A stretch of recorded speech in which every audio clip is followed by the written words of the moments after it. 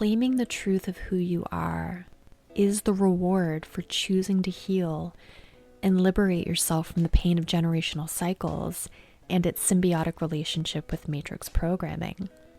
Everyone wants freedom in one way, shape, or form, yet few take the aligned action required to claim it.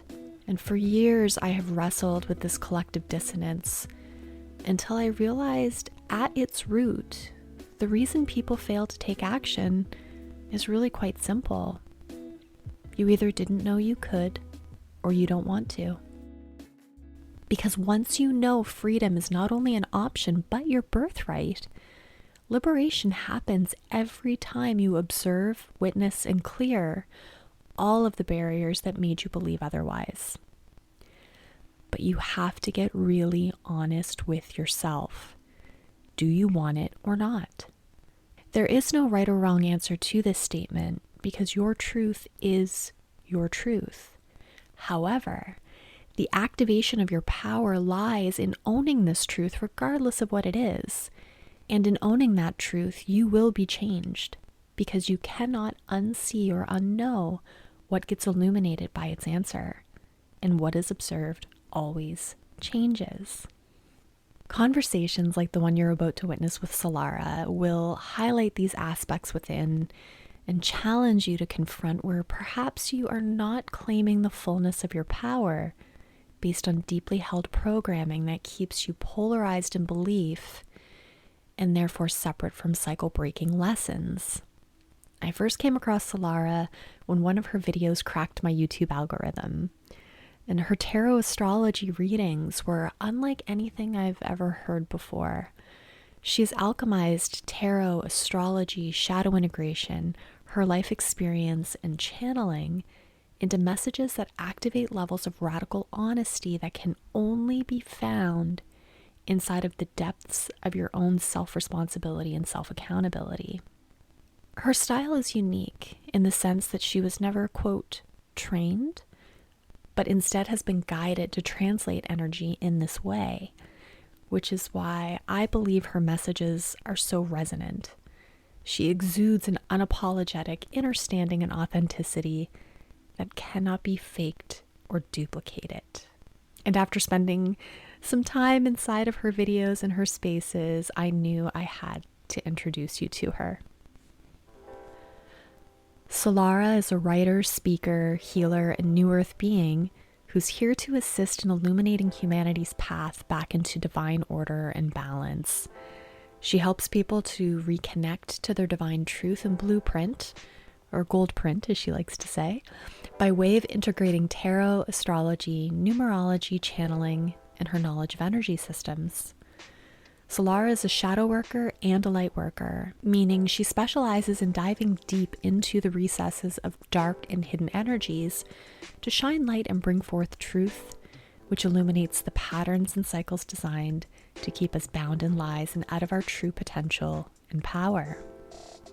I promise there are aspects of this episode that are going to trigger you, likely make you feel uncomfortable.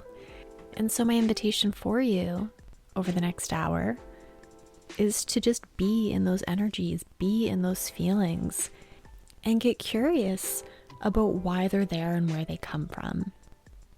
And if you want to learn more about Solarah and dive deeper into her work, you can connect with her on YouTube at Solarah Speaks and Solarah Rises, or on Substack at Solarah Speaks.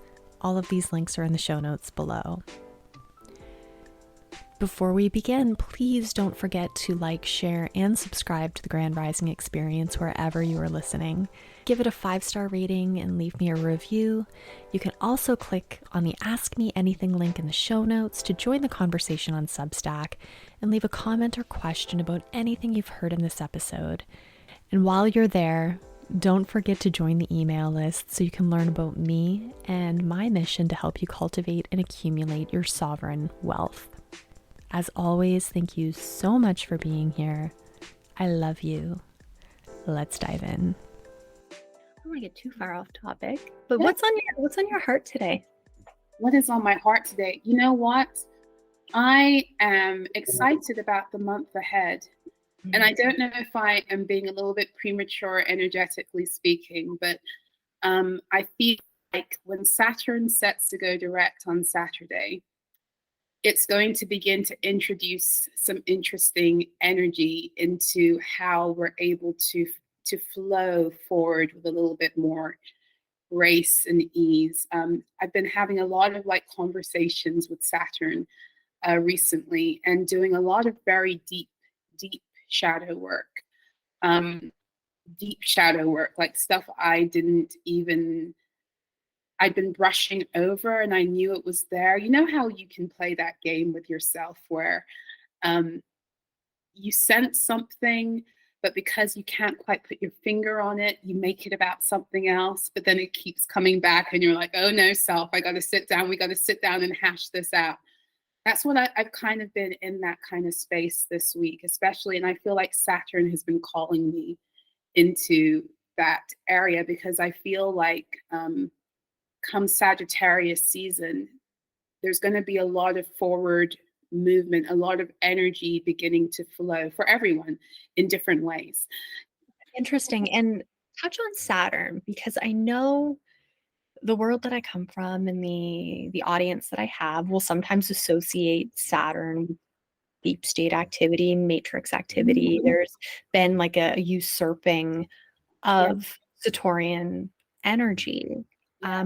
How would you respond to people who say it's Saturn's the devil? Ooh. Oh, I love this conversation. You know why? Because, well, Saturn has that reputation because people derive the word Satan from Saturn. And the way I feel about the being Satan is that this is something that we have created from our collective shadow. It's where we dump all of the terrible things that happen in the world that we don't want to take accountability on. Oh, the devil did it. Oh, the devil made me do it.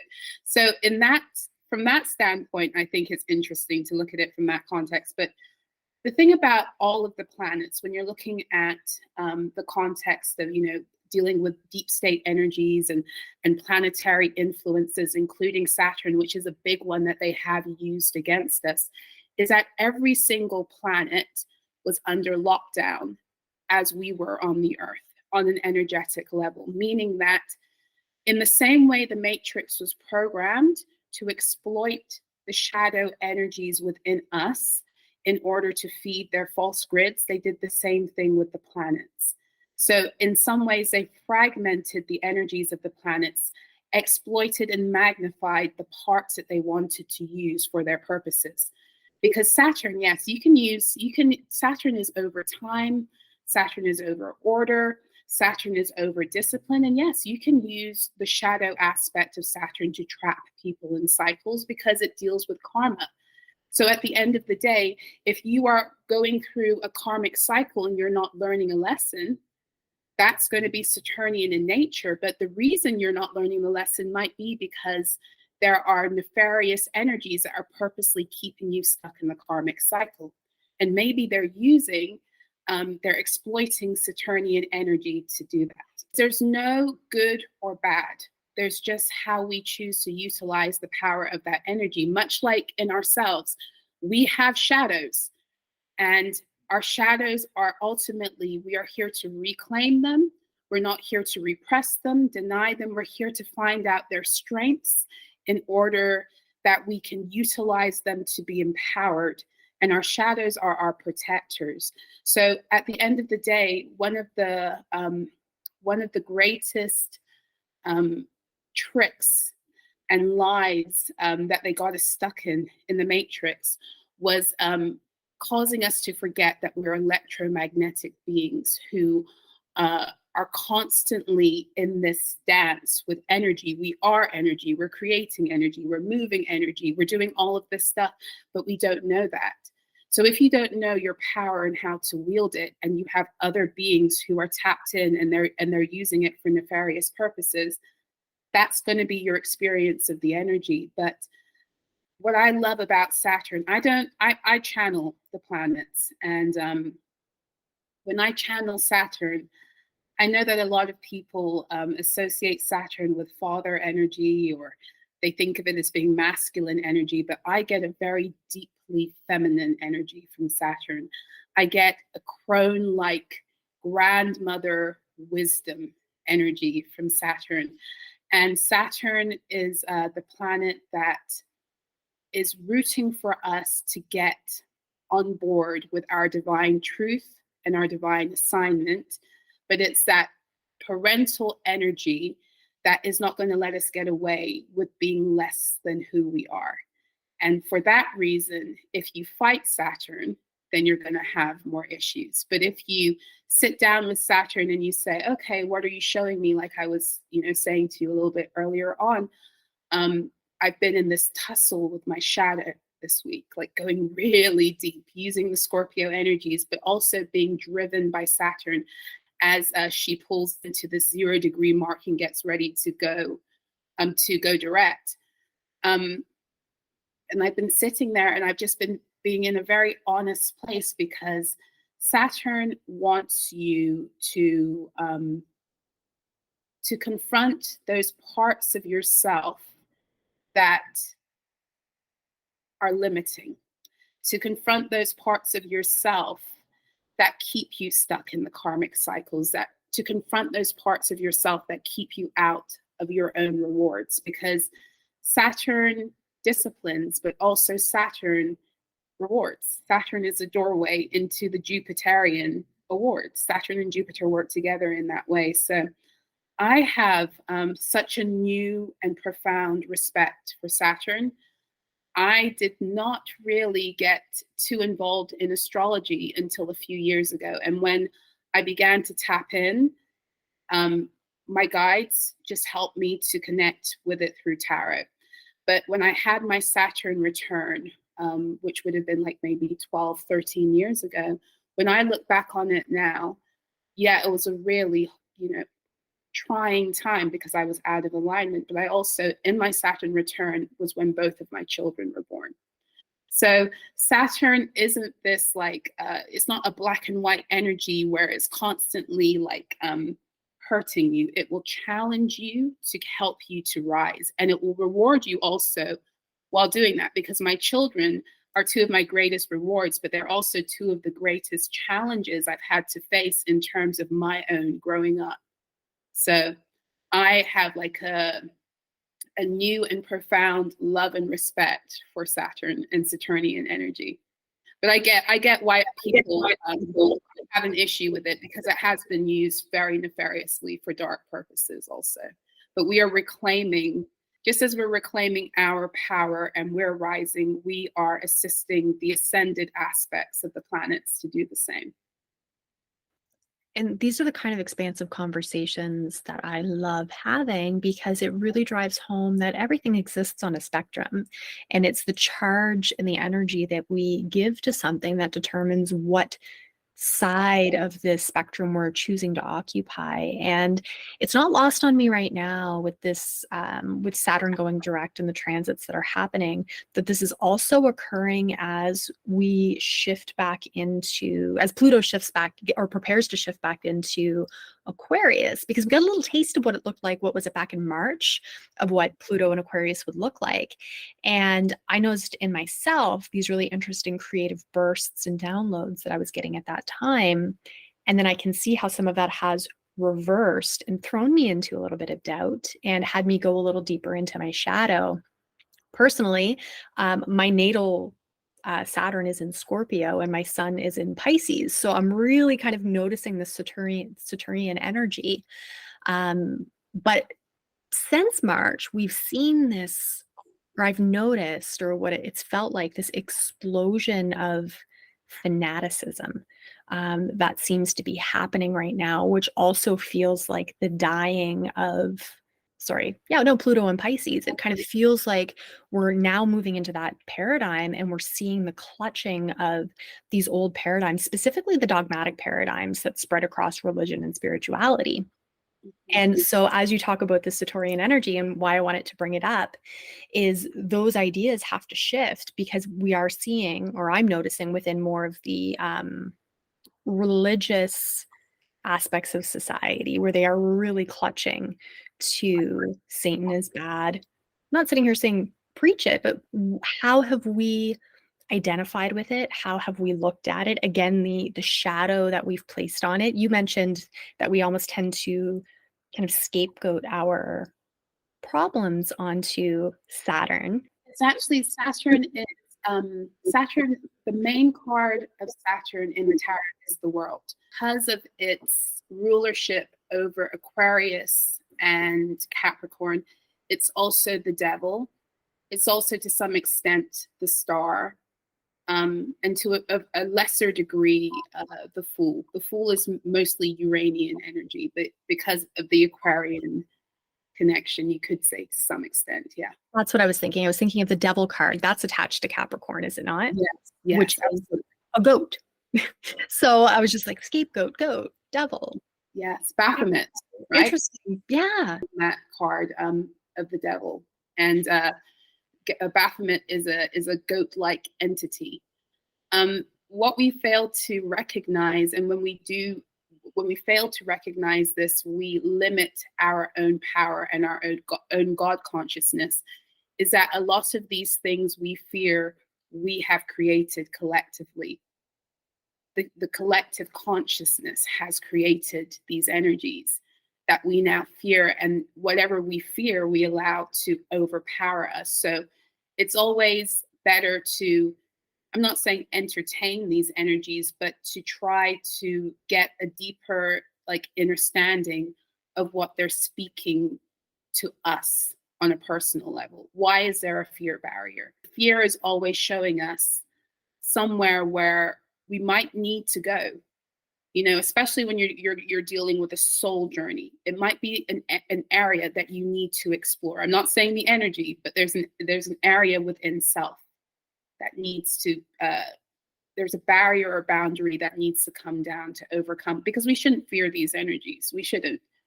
As nefarious as they may be, we shouldn't be in a state of fear over them, because then we're giving them dominance over us.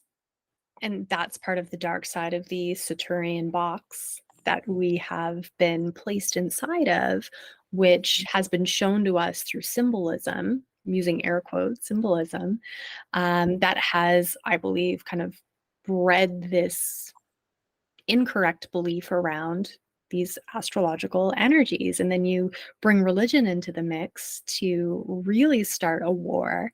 And we end up where we are right now. People, I think, are slowly coming to their own understanding of this, because you can only be shown and told something so much before you really start to tap into, like, truth is a feeling first. And eventually, it doesn't matter what someone tells you, and it doesn't matter what they show you. If that dissonance, if it is strong enough now that you feel in your gut that something is misaligned, you're going to start digging.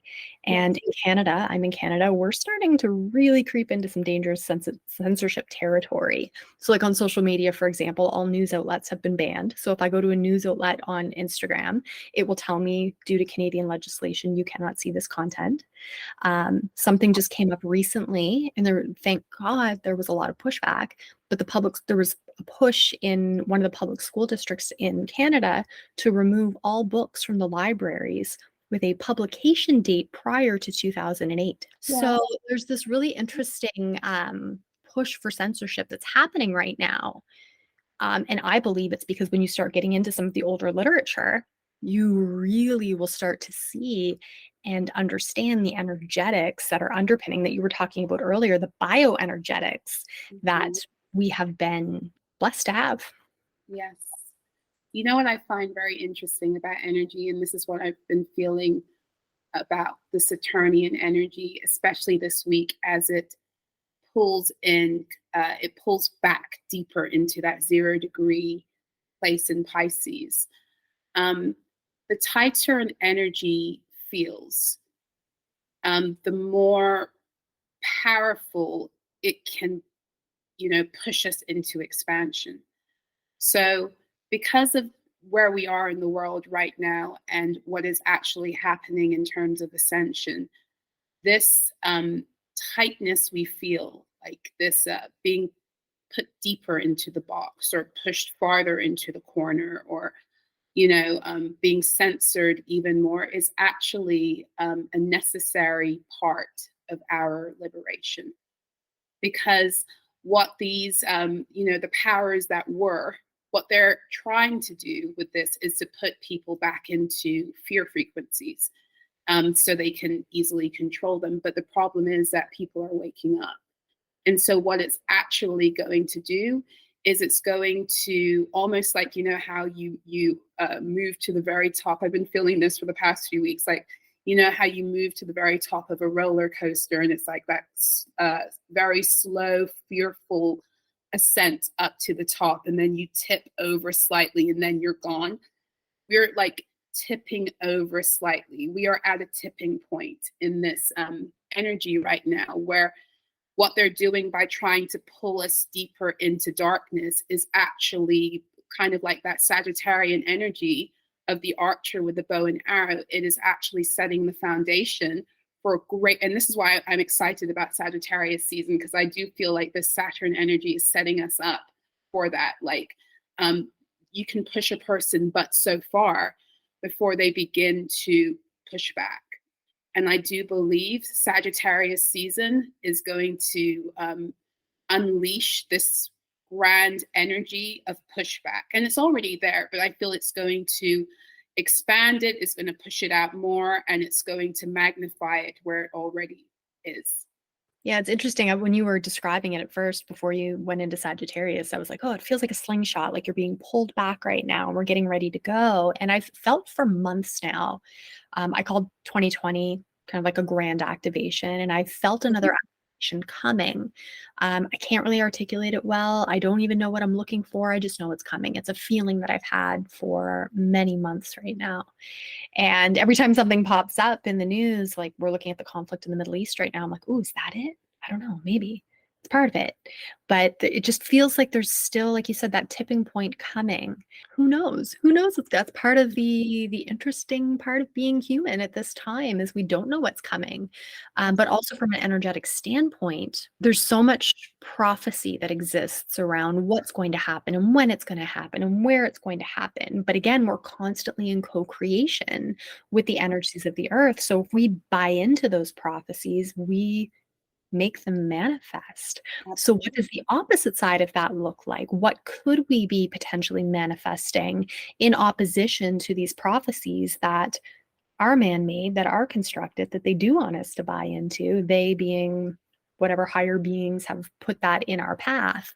And that's what I'm really interested in right now, because it is that fanaticism I was talking about earlier that we're seeing rise, really clamoring onto these prophecies. But it's like, but what's the opposite side of that spectrum? Where else could we move on this line of what's been placed on our path?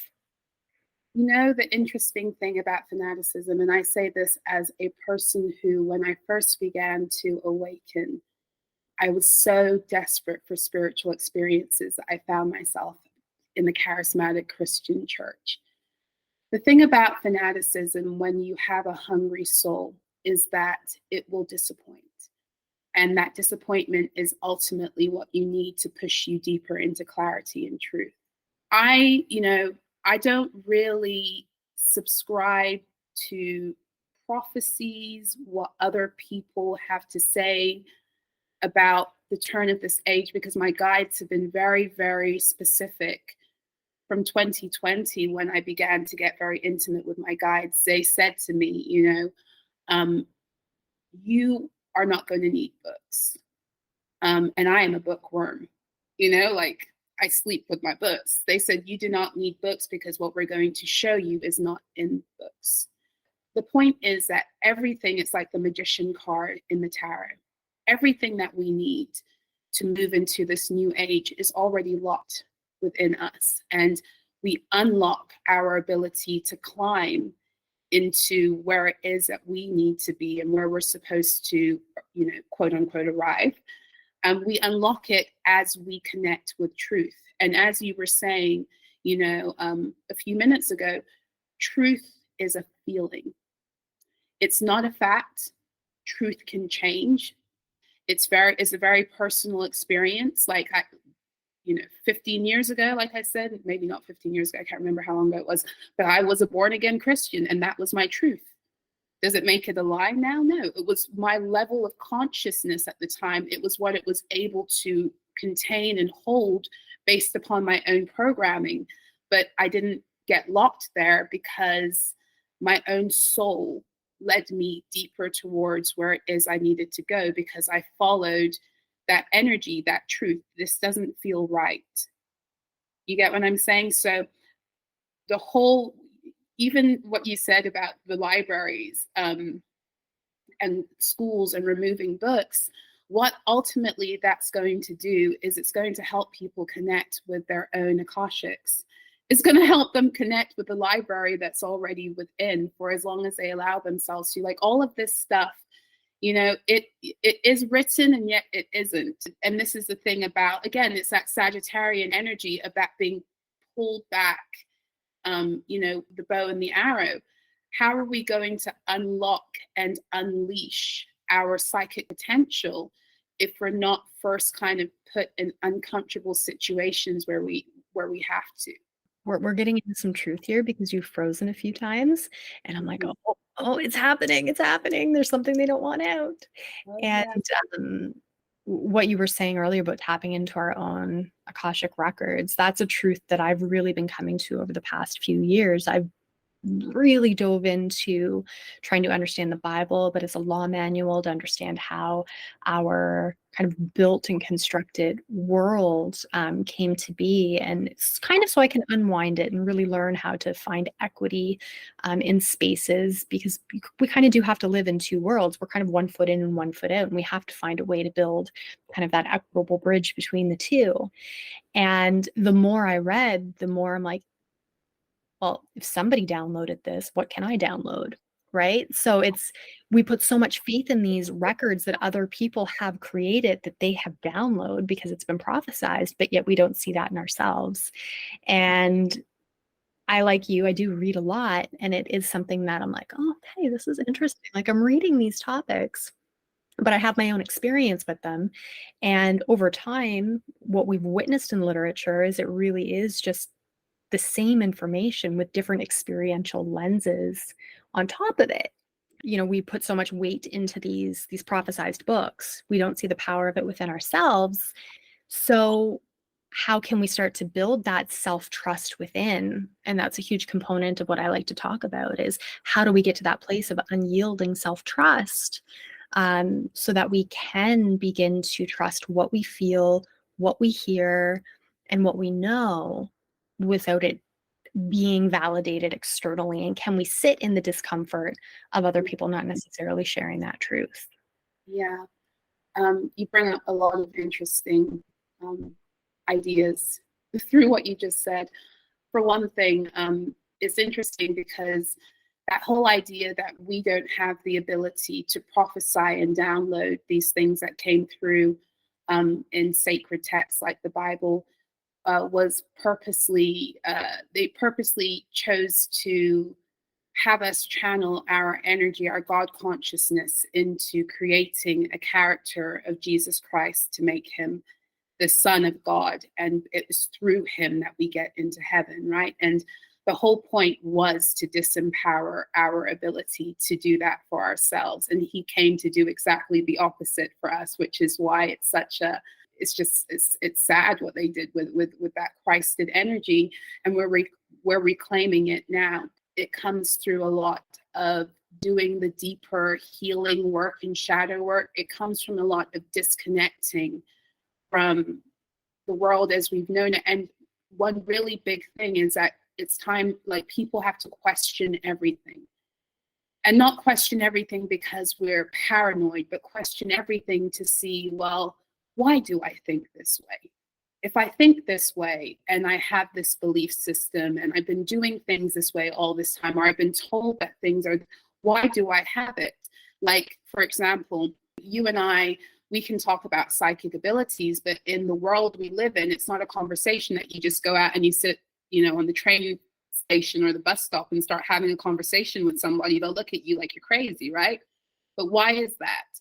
It's because from the beginning, we've been programmed to believe something about ourselves that isn't true. And we are like computers. We are the hardware, and we are able to download programs, software. We're able to program ourselves. And this is how and why we've been programmed by others. And so if we have that programmable ability, then it's our responsibility, if we want to know who we truly are, to begin to clear out the programs that don't align with our truth and what feels right in our souls.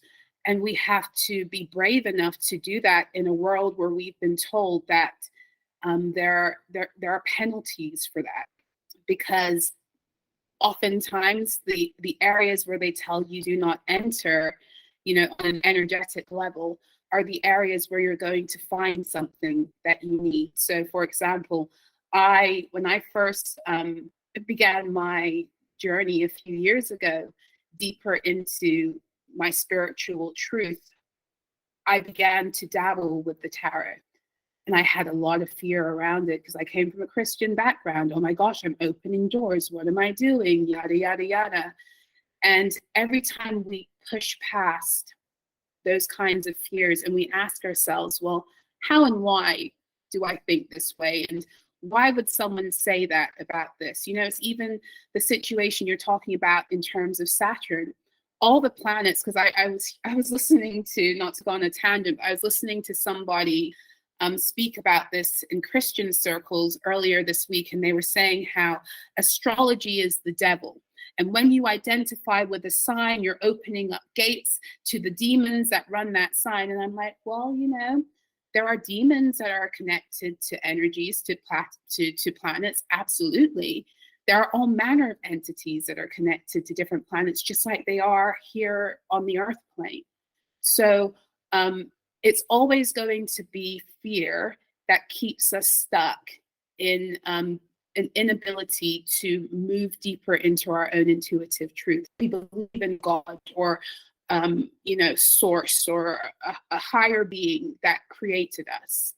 Like, think about it from the standpoint of, if you're a parent, are you going to, this is what always got me, are you going to create something and then, or give your children something, give them a gift and then tell them, oh, but you can't use it. I'm going to give you this, but don't use it. I mean, what's that going to do? That's like cruel. And for as long as we have these, they're matrix programs. I don't know how else to explain it, but that we've been programmed out of not only truth, but we've been programmed also out of love. And we've been given all of these false notions of what love is. And then we've created these narratives that we live by that are completely contrary to who we are. And so now we find ourselves in this big mess, like almost like a big jigsaw puzzle. We're like jigsaw puzzles and the pieces are everywhere and we've got to reclaim them. And the only way to do that is to go into the depths of our own soul and get past all of the ways we've been programmed into fear to keep us locked out of our own power. And at every turn we just have to learn how to trust, it's a really difficult thing to explain because for everyone it's going to be different also. And a lot of the time, like for me, I got pushed into the corner. Like I pushed myself into the corner because I didn't listen for the longest time, because I didn't trust until I got to a place where I had no choice. No, it's so important what you're saying. A lot of what I talk about is, in order to get to those levels of self-trust, in order to allow us to begin to really tap into this, it's a layered process. And for me, it's I got a download with the word HALT, and it came to honesty, acceptance, loyalty, and trust. And I've seen alignment in your YouTube videos with this download that I had. So I'm like, okay, there's definitely something that's like floating around in the ether that really anchors this in, because something you speak a lot about is the self-deception and being able to move through the self-deception and kind of allow those fires to start to transform us. But then we have to get into the acceptance part, which is, this is so much bigger than we are. And it's so much bigger than our parents. And there's been a real push on like the inner child healing, which is very important. But I'm also seeing in those paradigms where people are getting trapped at post-birth, when this goes back so much further. And anyone who's done any study in epigenetics or understands how trauma gets passed down through our RNA, but also energetically, like we are traumatized beyond the womb. It goes way, way, way back into millennia, which is part of a function of war as well, right? That helps perpetuate the separation of self. Yeah. And there's a key aspect of like like radical self-responsibility and self-accountability to be able to enter into those areas of self-deception and to get really honest with ourselves and have those like really hard conversations that allow us to tap into the self-accountability and self-responsibility that move us into the acceptance piece so that we can start to build that loyalty, which then breeds trust. And that loyalty is showing up for ourselves, being able to trust our intuition, being able to recognize the signs and the guideposts that are being shown to us on a regular basis. And again, for people who aren't fully familiar with this, they're like, what are you talking about? Like, I don't even understand. Like, how do you even begin to do this? So I am curious, with your own journey, you often reference your guides and that you heard it from your guides. How did your guides come to you? How did you know they were your guides? And how do you kind of hear them? I will often tell people that your guides are they're different multi-dimensional aspects of you. Your guides have always been with you. My guides have always been with me. I'm still like tapping into different guides who have been guiding me, but I didn't have a name for. So there are many guides we have, and they've been guiding us our whole life now. Whether we listen to them or not is another thing. I just became very ravenous. I just became very hungry for freedom. I became very hungry for liberation. I started to see how I was trapped, and I needed divine help. And like I said, I've been quite open spiritually my whole life. I have always, from the time I was a child, I've been chit-chatting with Jesus. So I like, Jesus is one of my guides. I wouldn't have known that back then, but now on this journey, I know. But I've always been very open and very hungry. Like, I'd sit down in churches. I've always been searching for God and not realizing what I was searching for was really myself. And so I guess this journey into finding my guides has just been about pursuing that hunger, even though I didn't know where it was taking me. And if I'm completely honest with you, many times it took me into places I had no business being. And that's because I wasn't hearing correctly, or most of the time it's because I wasn't trusting. There are many ways to begin to connect with your higher guidance. For everyone, it's so different and it's so unique, but it's that voice that has been speaking to you your whole life that we've learned how to turn off because we've been programmed against ourselves from the beginning. This whole idea of self-trust becomes really difficult when we've been taught inherently not to trust ourselves. In the beginning, you might think you're crazy. You might think, oh, I'm hearing this guidance, but is it me? And yada, yada, yada. And the way I feel, like, I have those days still. I try to remember certain things when it comes to connecting with my guides. For the first thing, we have been so programmed out of healthy connection and love that we become very used, especially if you've been in a lot of toxic cycles, you can become very used to identifying certain behaviors and energies as being loving when they're not. And so I hear this a lot with people who say, my guides made me do this, or they punished me when I didn't do this. And I'm just like, your guides are going to be benevolent because really deep down inside, when you are in divine order, you're benevolent too. So for me, the guidance, when I get guidance, there's a few things that I pay attention to. I pay attention to how I feel when I get that guidance. I pay attention to whether there's any kind of directives that make me uncomfortable. So one thing I'll tell people also is that my guides never make me do anything, and there's no punishment. And yeah, my guides will joke around with me, and yes, they'll take me around journeys and like riddle kind of energy to drive a point home, but they'll never do anything to harm me. And I found that anytime I've been in a situation where I've been hurt, it's because I wasn't following the guidance, because I wasn't trusting myself. So another thing I want people to know is that you cannot fail. I think a lot of people, a lot of us get programmed into this belief system that, again, is matrix programming, that somehow failure is real. Failure is not real. Failure is as real as we make it. Failure is all about these fake milestones we've been given on this ever-turning hamster wheel where we're actually going nowhere. Whereas if you are looking to ascend, you're here to learn. And one of the most profound ways you can learn a lesson is by going in the opposite direction.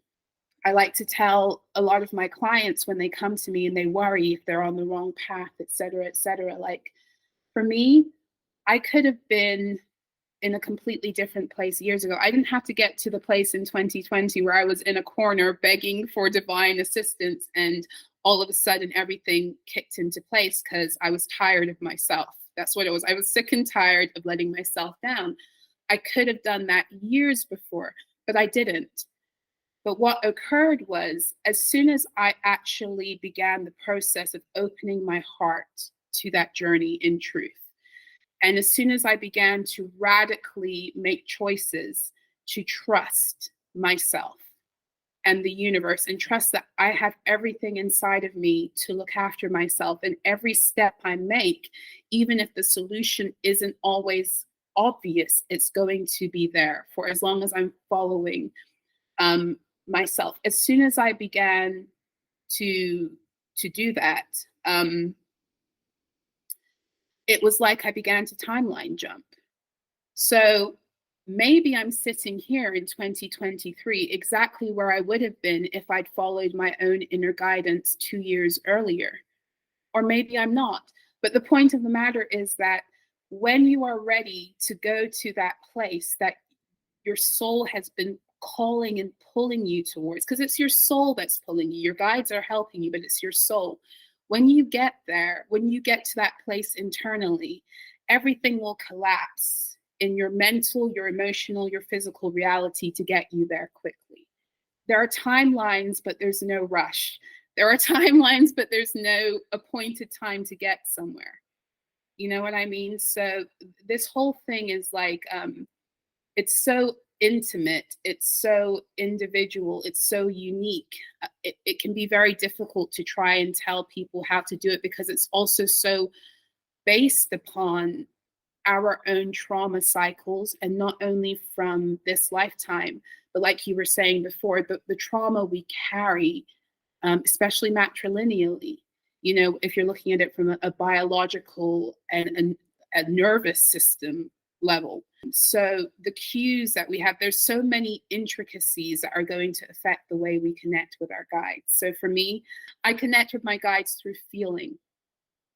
And I tell people a lot of the time that I've noticed with clients who've gone through a lot of family trauma, have had a lot of dysfunction growing up, their clairsentience is very heightened. And the reason for that is because in psychological speak, we call it hypervigilance, right? You have to constantly be several steps ahead of the caregiver to figure out emotionally where they are in order to feel safe. But that actually is the untapping of a psychic gift. And so your psychic gifts are ultimately those things that help to keep you safe, that either you're really overly tuned into from trauma or you've completely blocked yourself out, oftentimes again because of trauma. You know, even if it's just the collective socialized trauma of having been programmed out of your own intuitive abilities.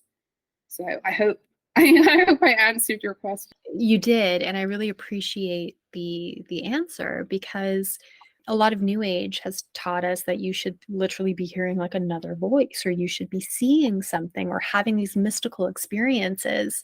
And it took a while for me to kind of unravel a lot of that and go back to even just remembering in my childhood, I've always kind of talked to myself. I'm that weirdo that walks around having conversations with themselves. And it was when I really started kind of tapping into my creativity and that inner intuition, and understanding that those conversations are me kind of parsing through what's happening and trying to understand what is the right direction for me to take, what's the right decision for me to make. And that not everybody does that. Some people do, but it wasn't as common. And I just thought everybody talked to themselves that way. But it took me a long time to realize that. And I relate to what you're saying with the clairsentient and being of high feeling and being, and it's interesting because we have like this label in society that, you know, you're an HSP, a highly sensitive person. Let's step away from the diagnosis psychosis on that and actually look at what it means, right? That's another kind of label and matrix play, if you will, that keeps us separate and makes it a condition instead of a natural ability. And so I really appreciate that explanation that you gave, because it is a very personal journey. And it did take me a long time to learn through ignoring those voices and ignoring those conversations I was having with myself and going like, Nicole, why did you do it? You knew you shouldn't have done it, but you did it anyway. And look where you are. Having to kind of go through those rites of passage, if you will, to really kind of get to where I'm at right now. And it, I find now I'm in that space where I can, I detach, but I don't dissociate. I can observe, but not absorb, and really sit there and kind of witness what's happening around me, tap into the feeling in my body, and then allow that to guide me. And that has made a world of difference. And again, that timeline jump that you expressed, it's not that you're time traveling and going from one place to another. It's that level of consciousness on the spectrum that allows you to move from one state of being into another. And it can happen like that. It doesn't have to be a long, arduous process. Absolutely. Absolutely. And that highly sensitive person label. There's so many labels they give us, right? A highly sensitive person. And then now, finally, the world is waking up to the fact that all our brains don't work the same. So now we have, neurodivergence trending, and everyone's finally getting diagnosed with ADD, ADHD, and autism, which are, diagnoses that they say are, on the spectrum. They tell you, they know these things because the way I see it, from a galactic level and also a practical level is, if we want to look at it practically, every generation that's coming into this earth, their nervous systems have become more sensitive because of all of the stored trauma, unresolved, and all that it's done to mothers especially, but everyone, but mothers especially, all of the unresolved trauma that sits in their nervous systems, that they then create a human being and program that human being in utero with that nervous system capacity. So we talk about generational trauma, and we talk about the emotional effects and the psychological effects, but what about how it plays out on a biological level? And what I'm noticing is that the reason why we're more highly sensitive is because we have been procreating every generation with more compromised nervous systems. That's part of it on a biological level. On a galactic level, we have been having an influx of high frequency beings entering the planet. And it's a very, I don't know if we can get into it today, but what my guides have been speaking to me about, especially in the past week or so, is why is trauma necessary for us to ascend? Because it is. It is necessary for us to go through, even through being born. Being born is a trauma. It's a trauma to mother and it's a trauma to baby. Everything that helps us to rise in the context of this planet requires trauma. And I'm not saying that's a wonderful thing. And I'm not saying that it's a setting that is supposed to be here or has to stay. And yet it is what it is.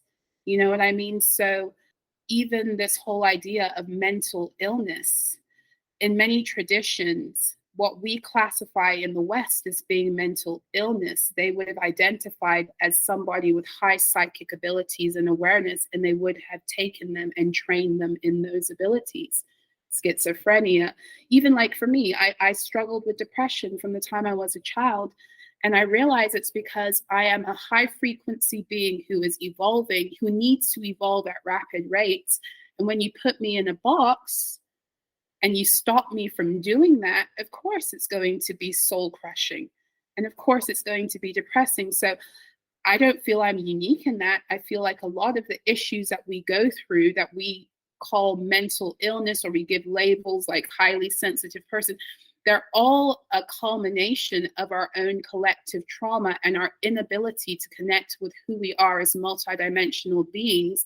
And because of that repression, the issues that we've created because of it, or what Christians would call sin. These are the wages of sin. You get what I'm saying? Which is living away from your divine truth. Yeah, we pathologize everything. And like a very basic example, especially when it comes to the stored trauma, which is something I've been very interested in for a few years and really started diving into modern maternity practices and birthing practices and those traumatic rituals that happen inside of the hospitals. I spoke with a holistic OBGYN on that, and we had a fascinating conversation about how that has really shaped our world, specifically over the last 60 probably to 80 years, where we started really increasing the modern interventions in birth. Yeah. But if you're walking through the woods and you watched a deer get chased by a coyote, assuming it doesn't become its next meal, that deer is just going to shake it off and go back to eating apples and grass. Like, they don't pathologize their trauma. They understand innately how to release it. And part of our blessing and our curse is the fact that we have language, that we have the ability to have this free will that allows us to hold on to something or release it. And that seems to be what is creating all of the problems that we have in the world. I think language is fascinating from that perspective in terms of how it has created the traumas that we experience, becoming these verbal beings.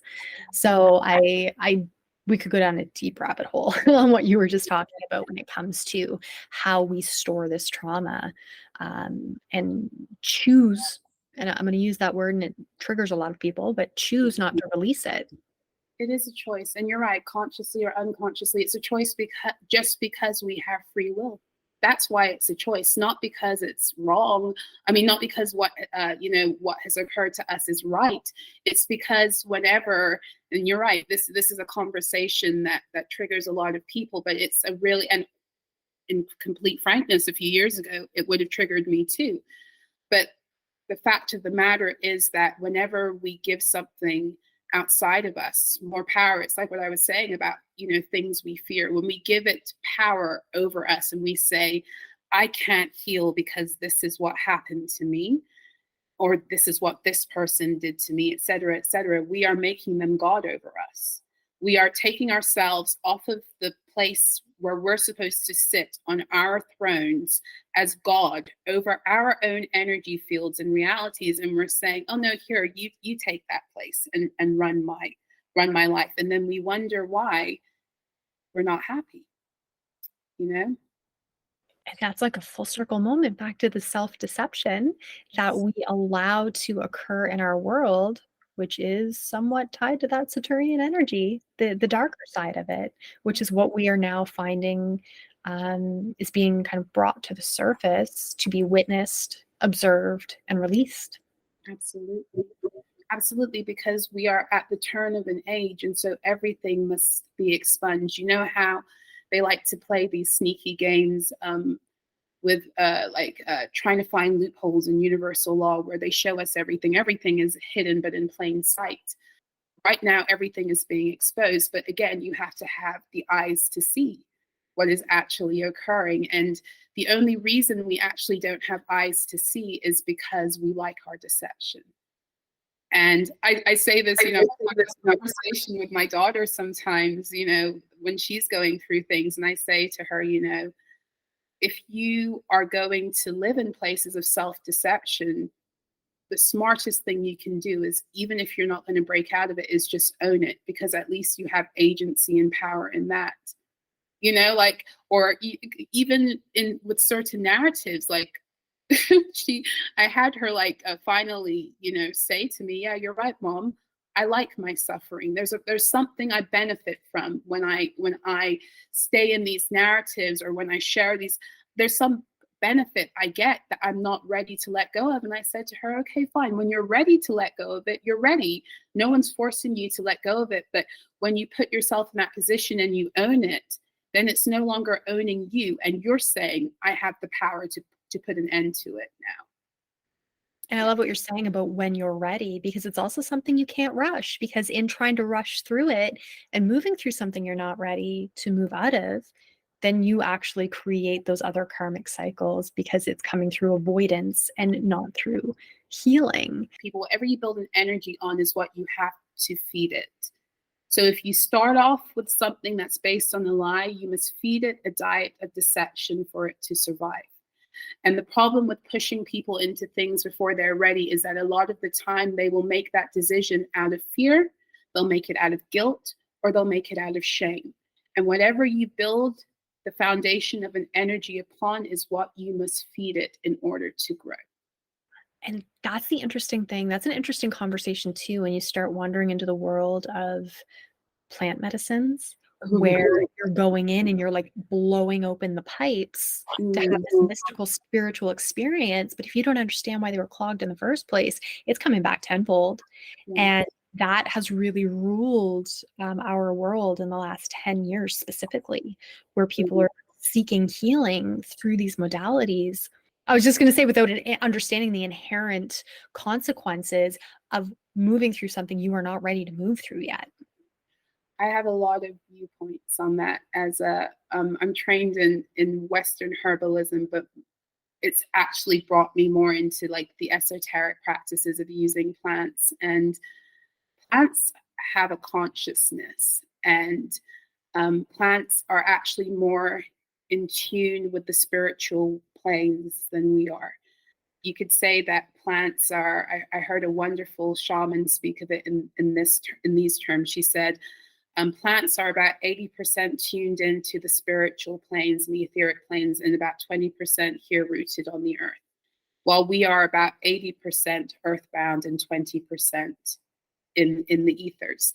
And this is why we actually are perfectly compatible, kind of like the same way that we breathe in oxygen and breathe out carbon dioxide. And plants, their respiratory system goes the other way, respiratory cycle goes the other way around.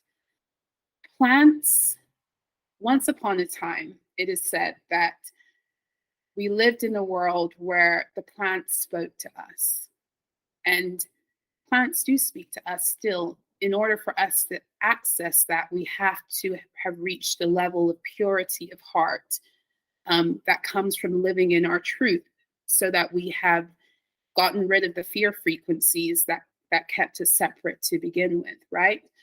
A lot of people open themselves up to these experiences like ayahuasca and tone and all these other things, and they don't have any respect for the power and the spirit of the plant. And so what they deal with afterwards is not only the fact that they are trying to speed through so much density that they're not emotionally, mentally, spiritually equipped to handle, but they've also violated a very ancient energy that will also set forth and teach them a lesson about reverence too. So when I hear about all of these people traveling to Central America and all these other places for these experiences, it's that Western way of wanting everything fast and thinking that we can buy something, or we can access something because we just want it. And this is where a lot of people are being humbled and shown this isn't your way. The ways that you have ruined the world are not going to help you now. Those habits, behaviors, mindsets are not going to help you now access a higher state of consciousness. And if anything, you might take yourself back farther than where you were before as a lesson. Yeah, it's fascinating. And I've had this conversation with a Cha Dao master. So someone who works in the art of living tea and kind of works through tea ceremony. And it's interesting because, as you said, there's a spectrum to the plant medicine as well. Like you're getting into the herbalism, which is highly beneficial for anyone who's ever kind of dabbled in herbs. There are some very powerful herbs that do not have these psychedelic ramifications that can help start to bring you into harmony and resonance with nature, which can help you start to really open up. But it's when we attempt to go too far and blow the top off the roof that we start getting into deep, deep trouble. And then you have no idea who you're letting into your energetic space at that time as well. When we start getting into the shamanism, tourism space, where everyone's now a shaman who's serving this medicine in group spaces. Like I can see almost like a Dante's Inferno happening in those spaces where you have no idea what energies are dancing and what you're absorbing. Absolutely. They're big energy harvesting possibilities. And they do that on purpose too. You know, a lot of these, especially as we move towards the end of, you know, well, we're in the new age, but you know, there's that overlap between the age of Pisces, the age of, especially as so many beings are scheduled to wake up. There's just a lot of, you know, nefarious practices that occur when dealing with people who are calling themselves shamans. And that's not to disrespect the power and the tradition of shamanism, but that is to say that with all things in spirituality, there's been an exploitation, unfortunately. But what that actually drives home and teaches us is how to learn how to do these things for ourselves, because it's within our own power to do.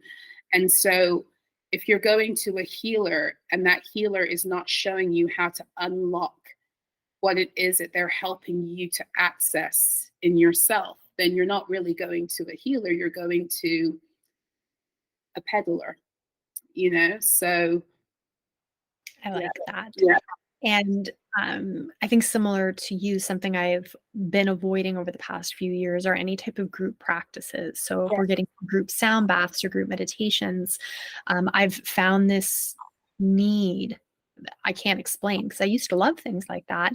But then all of a sudden I felt this deep need to really protect my energy and to not allow people into my energetic space unless they've been invited. And you can't control that, whether you're doing something online, even listening to certain things on YouTube, you are entering a collective conscious space. So how do you recommend people preserve that energetic field when they enter spaces like that? The awareness that they should have, or a practice that may help them just ensure that they're not opening themselves up to something. It's difficult not to open ourselves up to things at this time because there's so many things that have been wrongly opened. And there are so many things that are now being opened to bring the balance. So we're constantly like stepping into portals and walking into like energies that have the potential to harm. And so I think the most important thing is to recognize our own power over our own energy field. And for me, constant clearing, constant recognition that you are also, the more you grow your life, the more these energies are attracted to feed. Energetic hygiene is of the utmost importance. You know, like I went through a phase where, you know, like you, I was very into the group things, especially on YouTube and everything when I was just learning. And then I got to a point where I went the opposite end of the spectrum, where I became very like, oh no, I can't do that at all. And then I realized, oh wait, you're now operating in fear. So it's really important that we learn that we control our own reality, no matter what other beings are trying to do to us, and that we master that. So it's important to hold your emotional and mental energy in a way where you feel empowered. So If you are at a place where you're still feeling afraid to go into those spaces, then don't. But begin to do the work around why you're afraid. And I'm not saying to do community and group things. I still wouldn't do that. But when it comes to, for example, me listening to binaural beats and stuff on YouTube, I will still listen to it, but I've put very strict guidelines about what I allow into my energy. And I do that for me. I do that through ritual, and I do that through decree. And it's a constant part of my energetic hygiene. I will declare constantly, I do not allow myself to be placed into energetic contracts that have not been presented to me consciously that I'm agreeing to. I speak these things out. I'm constantly going to the higher councils to explain and say where it is I'm standing in terms of how I will utilize my energy in this shift. I will take situations where my energy has been violated against my will. I will call karmic justice, restitution, retribution. I command my energy like I am a lawyer. That's what I do at this point. You know, I know universal law. We all do. It's actually written upon our very hearts. And that's what actually helps us to come back. The more you get back on your true path, the more you unlock that wisdom. You know, just speaking things into existence as you step into these places. Like, for example, you open something up on YouTube, it's collective energy. As you step in, you state what you're there for. I am here because this has been offered, and it is stating that it's going to give me this, and this is what I'm coming here for. I refuse any other exchange, etc. So you put the limitations on your own energy. And I know that seems, you know, it can seem like too much. And I have to be honest, I don't do that every single time. But what I do every single night is I clear my energy. I do salt baths. I, you know, like I close down portals, remove cords. I love that you said that, because our built environment works off of our tacit consent. So if you're not showing up with a higher claim and stating your claim, you don't find equity in that space. And your silence is acquiescence to whatever's being presented to you. And it works the same on the energetic realm. If you've stated a higher claim, you will not be endowed with something that is of a lower status. You just won't. And it takes a lot of kind of playing with that to really understand it. But once it roots in at the spiritual level, it starts to root in at the civil level. And that to me, and this is why this work is so important, and that was my biggest lesson through COVID, was that your jurisdiction, your contracts, the capacity that you're occupying, once you get really clear on it internally, those external contracts will then begin to reflect the internal agreements. And this is that kind of crumbling of the matrix that we're seeing in these power structures. They will crumble based on that inner alignment with our agreements. It can't be any other way. Absolutely. Absolutely. So whatever we created this, you know, people don't like to hear that. Like everyone's looking for a savior. Your savior is you coming into divine alignment because you created this. I created this. We created this. We created this because we didn't know who we were. To go back within self and to reprogram self into our divine truth and alignment. And as we do that, the more of us that do that, that's how we change the world. And this is exactly why they constantly want us focusing on things to do on the ground to shift things. Because it's useless. This is what government is about. This is why all of these politicians, it's like they spend years and terms on a circling around the same issues and getting nowhere. And then we vote them back in because there's nothing that can be done on the ground level. They're just sitting there. We're just paying them money to make us feel better in our feeling like we can't do anything. We're paying them to keep us powerless is really what we're doing, because they're not doing shit. They're not, you know, and it comes back to us taking full authority and autonomy over self as individuals, and then creating communities where that is reflected also. And that's how we change the world. That's why it's not going to happen like overnight, although this age of Aquarius, everything is speeding up at the same time. So who knows? Who knows? And this is why I am so grateful and appreciative of the platform that you have created and the community that you've created, because you really are a true alchemist in the sense that there is no area that you're not really willing to wade into and parse out to go, okay, this is what's working, this is what's not working, this is how we've contributed. Are you willing to look at your own shit to see how you created this? And now what are we going to do on the other side of it? And it's been a joy just to be part of that and to receive the messages that you've had coming through. So when people come to you, whether it's on YouTube or the Rumble that you may be moving to, or on Substack, what can they expect and why should they come? So I have 2 YouTube channels. And first of all, thank you for your support. I really do appreciate it. I have 2 YouTube channels. I have Solarah Rises, where I tend to go into channeled messages for the collective. I do some cards there. That's where I kind of go in and teach about these collective energies and get to the bottom of all of the craziness and the fuckery, as I like to call it. And then I have, that's Solarah Speaks. Then I have another channel and it's called Solarah Rises. And Solarah Rises is where I get into tarot astrology. So I will post videos there that have to do with what is occurring with the lunar phases, especially. But I will take a look at the collective energies through the lens of tarot, astrology, numerology, and channeled messages. So that's what I do over there on Solarah Rises. On Substack, I tend to do about 4 energy reports a week, and then I also upload things like decrees there.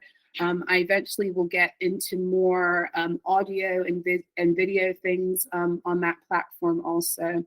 But yeah, it's just, for me, it's keeping us aware of how we are being assisted to rise. And that's what I try to do through all of my platforms, because as much as there's so much focus on everything that is here to deter us. And for me, I like to find the miracle in everything that's helping us. And we can look at the planets and we can look at any energy and we can tune into what we want to tune into. And I like to tune into the higher aspects of what is helping us to get higher. Because when we focus on that, where your attention goes, your energy flows. So I'm here to, I'm very connected to the book of Isaiah in the Bible, always have been, and I'm here to set the captives free. I literally am. I'm here to free your mind, free your spirit, free you emotionally to rise and be who it is that you came to be here in this time. So that's what I try to do through all forms of, my creative content across platforms. Beautiful. I'm grateful that we've crossed paths. And it's funny that you say the book of Isaiah, because it's something that I've spoken about quite a bit throughout my podcast, because I do think it's very relevant to this time as well. And if people really read it and pay attention to what's in there, they'll be able to see, as you like to say, the fuckery outside of you and really hone into what we are being presented with day in and day out. Yeah. In the book, it's the book of Isaiah and the book of Psalms. We often will hear, especially the book of Psalms, there's a psalm that says, wisdom cries out, and it speaks all about this energy of wisdom. And I do believe that's the energy of Saturn. I do believe that Saturn is the wisdom crying out in the Psalms. I believe the Bible is showing us all of these planets, maybe not calling them by their name, but there are more of their archetypal energies. Yeah. And you just myth busted anyone who said she doesn't believe in God. And what about the Bible? Because that is, again, something that you're very studied in, which is why I look at you as one of the true alchemists who can really bring together the energies in their highest light and their highest form while raising them up through their own shadow. Yeah, thank you. I believe there's value to be found in everything. Everything has value. And when we are true alchemists, we are able to tune into the value, and we are able to magnify the value and the power that is there before us. And that is what we're here to do in this new earth. The value system we're creating, this neurofinancial system, is going to be based upon our ability to do that. That's the world we're moving into. Beautiful. I think that is a beautiful note to end this on. Thank you so much for sharing your beauty and your grace with us. Well, thank you for having me. It's been a pleasure. I really do enjoy what you're doing over here. Thank you. This was my second conversation with Solarah, and it's such a joy to be able to connect with other beings who are deep feeling, deep thinking, and can wade into the darker recesses of humanity and have honest conversations about our contribution to these collective energies and what we can do about it. There is nothing more empowering than having conversations with other people who not only recognize but claim their own power. Far too many years have been spent in spiritual and religious fish tanks of light and love, where the darker aspects that we are responsible for co-creating have been assigned to other entities, beings, frequencies, and through our avoidance, not only what we resist persists, but it grows.